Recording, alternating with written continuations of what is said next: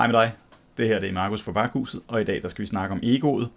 Og det kommer af, at jeg hele tiden hører spirituelle mennesker snakke om, at deres ego er dødt. At de har slået deres ego ihjel.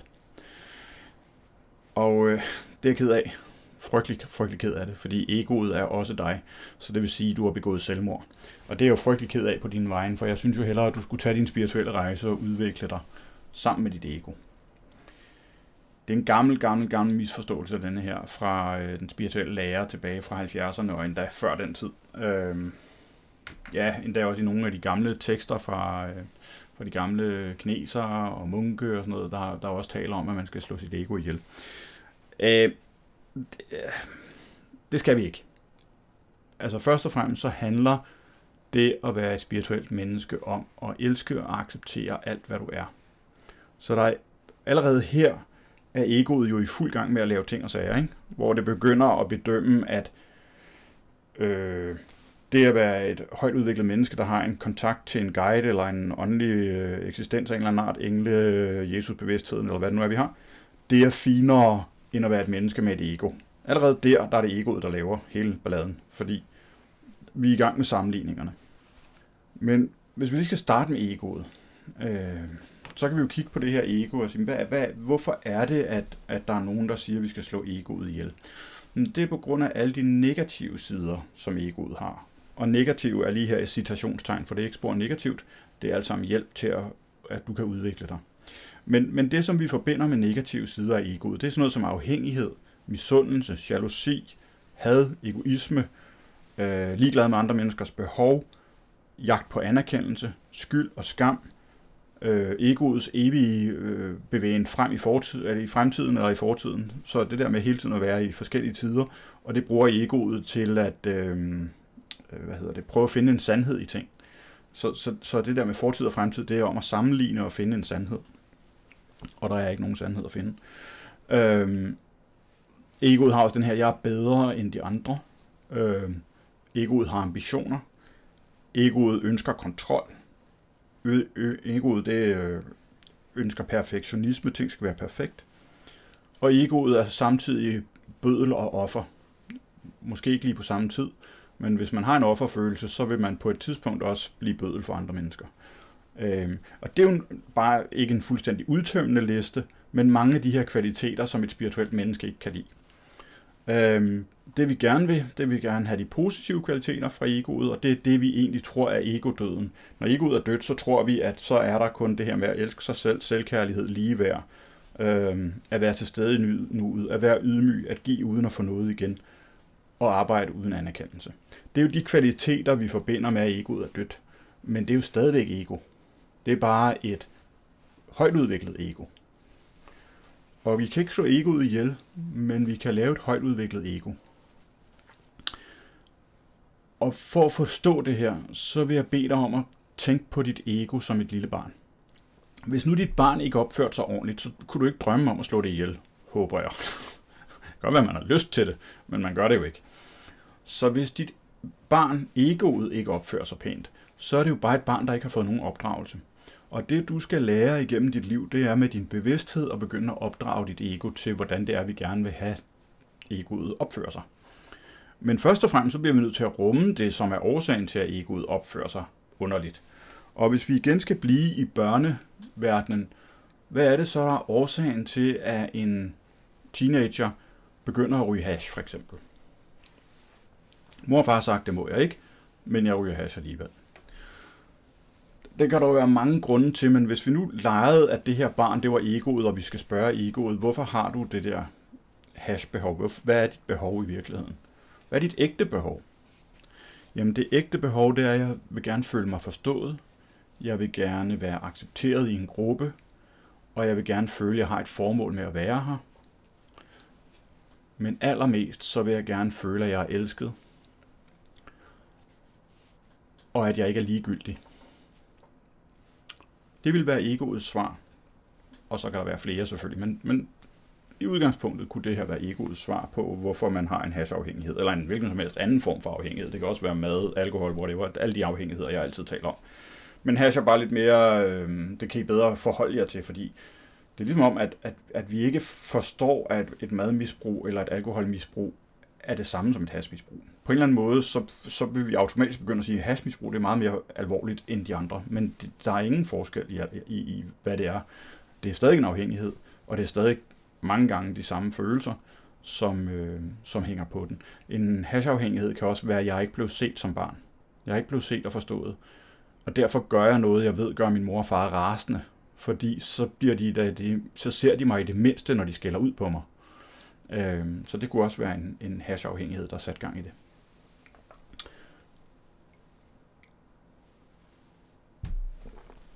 For nogle år siden, der snakkede jeg lidt med mit eget ego. Det var jo selvfølgelig den her sædvanlige historie om, at når jeg mediterede, så var der alt for meget snak. Alt for meget tanke. Og jeg kunne simpelthen ikke få ro i mit hoved til at meditere. Og jeg var ved at blive sindssyg af det der. Og så siger jeg til mit ego, nu skal du høre, nu får du en ny opgave. Fordi egoet kan godt lide opgaver. Så jeg siger til egoet, nu skal du høre, at din nye opgave den er, at du skal sørge for, at jeg altid er til stede i nuet. Så lige sådan har mine tanker bevæger sig et eller andet sted hen, så skal du vække mig og sige, hey, min mission er, at jeg skal vække dig lige nu, du er på vej et andet sted hen, der hvor du skal være. Jeg troede, jeg var genial der. Jeg giver egoet en opgave, den skal den nok æde. Og jeg prøvede at meditere igen, og så gik der 2-3 minutter, og så var mine tanker alle mulige andre steder hen igen. Og så siger jeg til egoet, prøv at høre, du fejlede. Du havde fået en opgave, og du fejlede. Ja, det kan da godt være. Men jeg tager ikke imod opgaver for dig, fordi jeg har noget andet, jeg skal. Og så går jeg ind i den der ego-ting. Hvorfor snakker egoet så meget? Og så begynder jeg at have sådan en samtale med mig selv om, hvorfor snakker det der ego hele tiden? Og lige pludselig, så har jeg lyst til at sige til det der barn, eller ego, jeg ser det som barn, og siger til det der ego, prøv her, du snakker så meget, så en gang imellem har jeg altså lyst til at sige, kan du ikke bare holde din kæft? Og så siger egoet, nej, det kan jeg ikke. Og lige pludselig så klikker det for mig. Lige pludselig forstår jeg hvorfor. Og jeg indser også, hvad det er, jeg er selv lige ved at gøre ved egoet nu her. Da jeg var barn, der var jeg jo det, man kalder et sensitivt barn. Vi kalder det også en gammel sjæl. Og gamle sjæle, de har meget livsvisdom, de har meget, de gerne vil dele med verden. Så da jeg var barn, der snakkede jeg meget. Jeg fortalte om alt det, jeg vidste omkring Gud og hvordan tingene hang sammen. Og det var lidt for meget for min mormor en gang imellem. Og hun sagde ikke hold kæft, men hun sagde på en anden måde, sådan på en lidt hånende måde, nå, hvad siger professoren? Og jeg kunne jo godt mærke, at det var ikke, hun anerkendte ikke, at jeg var professor. Det var ikke for at rose mig og sige, at jeg var klog. Det var faktisk for at sige, at jeg skulle ikke tro, at jeg var noget. Så jeg lærte jo at lukke munden og lade være med at sige noget, fordi at mormor, hun kunne tydeligvis ikke lide, når jeg snakkede. Så det var nok ikke vigtigt. Det, jeg havde det, jeg havde at byde på, var nok ikke vigtigt. Så jeg lukkede både min mund og mit halschakra. Og så kørte det jo, og det har så været egentlig min historie i mange, mange år. Den der med, at jamen, jeg siger ikke noget, fordi at så der er jo ikke nogen, der gider høre på mig alligevel. Det er jo ikke vigtigt alligevel, åbenbart. Og den historie med mormor, der siger, hvad siger professoren, går det op for mig i den der snak med egoet, at det er det, jeg lige har lavet ved mit ego. Jeg siger til mit ego, jeg gider faktisk ikke høre på dig. Og så er jeg blevet til mormor. Og hvad skal jeg så gøre i den situation? Jamen, jeg skal selvfølgelig sige, okay, hvis det her lille barn ikke er blevet hørt, og ikke får lov til at sige noget, så skal det jo have lov til at sige noget. Så jeg sagde til mit ego, prøv at høre, fortæl mig alt det kloge, du ved. Snak du bare. Fortæl alt, jeg skal nok lytte. Fortæl alt det kloge, du ved. Og så blev der helt stille. Fordi nu havde jeg knækket koden, jeg havde forstået, hvad det handlede om, og jeg tillod, at det der ego måtte gerne snakke. Nu vil jeg gerne se det, jeg vil gerne høre det der barn. Og vupti, så var der ikke mere at sige. Og sådan arbejder vi med egoet. Jeg behøvede ikke at slå mit ego ihjel. Jeg skulle bare finde ud af, hvorfor er det egentlig snakker. Hvad er det for et behov, der er her?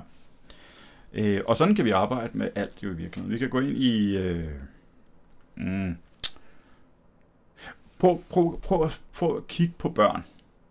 Hvis børn ikke opfører sig ordentligt, hvorfor gør de så ikke det? Er det fordi, der er noget galt med barnet, eller er det fordi, der er noget galt med far og mor? Der er noget galt med far og mor. Far og mor har ikke kunne finde ud af at opdrage det der barn. Og jeg siger opdrage, men jeg mener selvfølgelig også at anerkende barnets behov. Så hvis et eller andet barn spasser helt ud i et supermarked, så er det jo en oplagt mulighed for at blive set af alle i supermarkedet.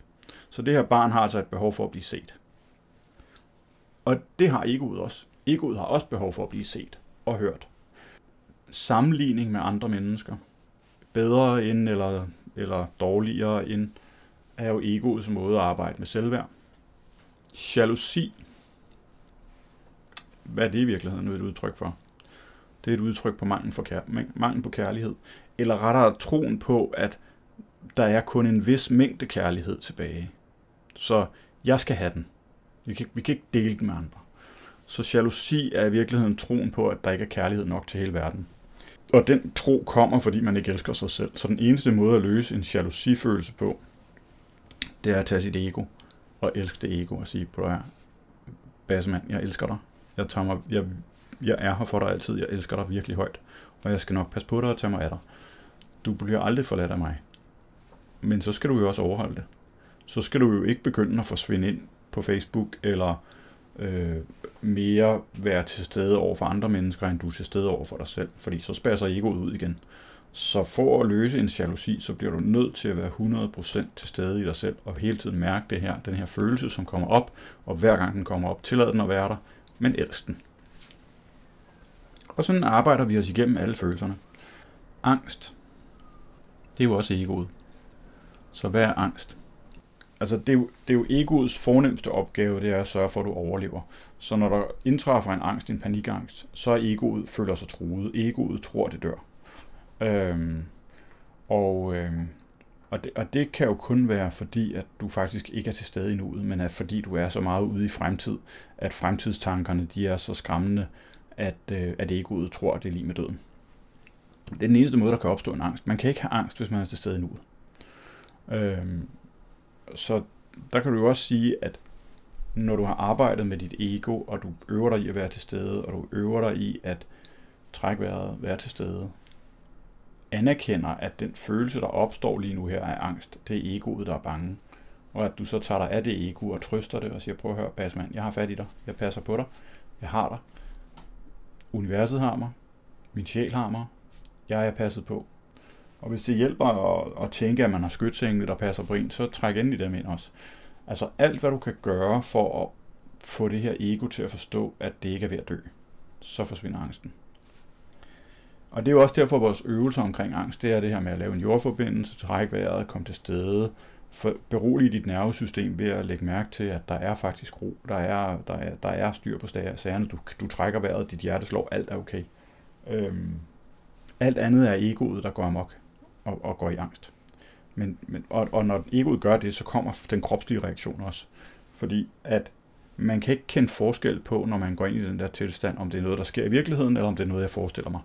Det er jo vores gave og vores forbandelse.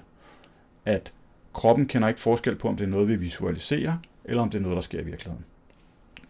Der er ingen forskel for kroppen. Så forbandelsen i det er, at hvis vi forestiller os, at vi dør, så begynder kroppen at opføre sig, som om den er ved at dø.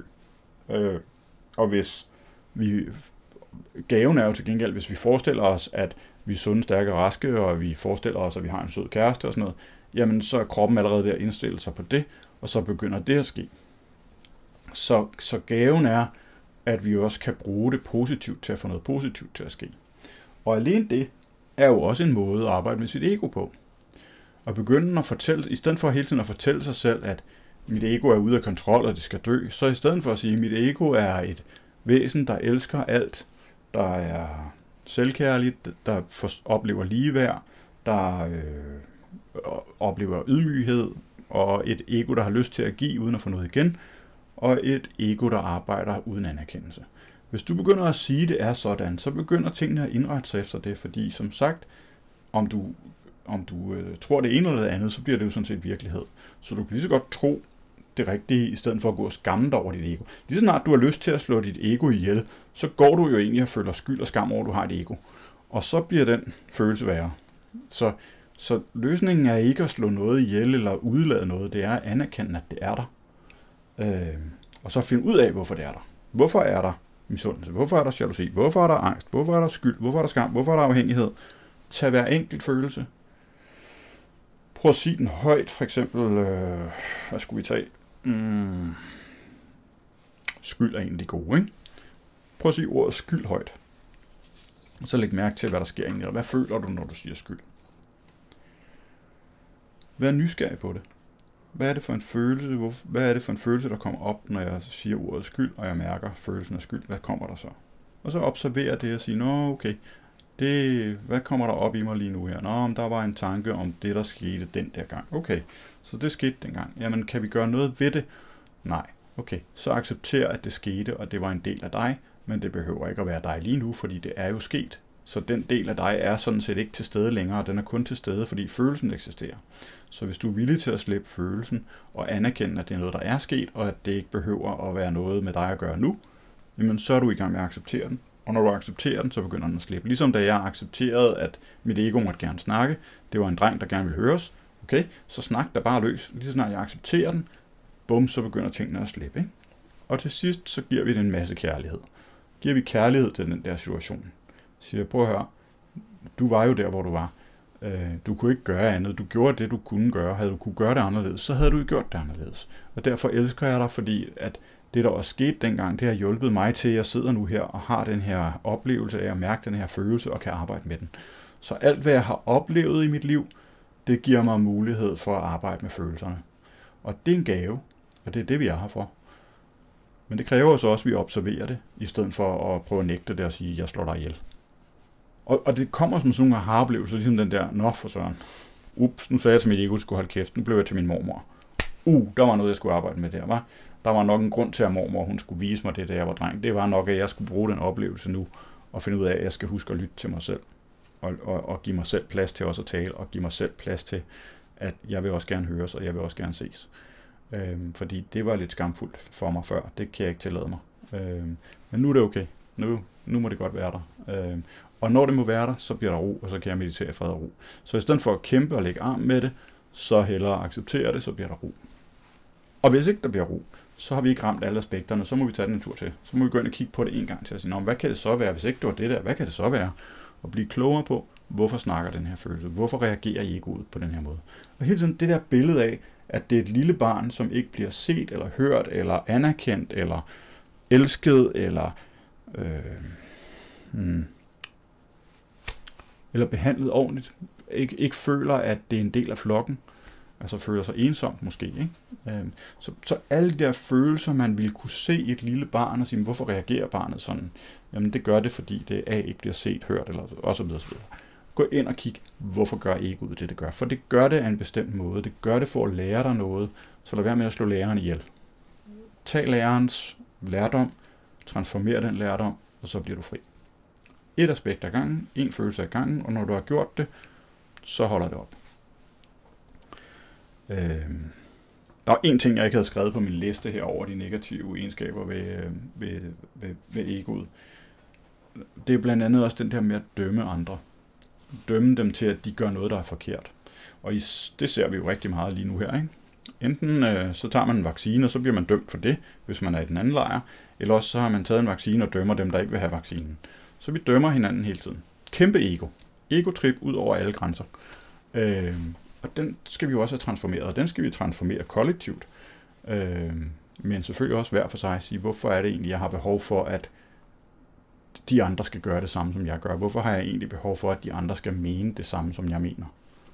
Men det skal vi opgive og sige, nej, vi må faktisk være, hvis vi ønsker at være frie, så må andre mennesker også være frie, og det vil sige, at de er frie til at træffe de valg, de har brug for at træffe.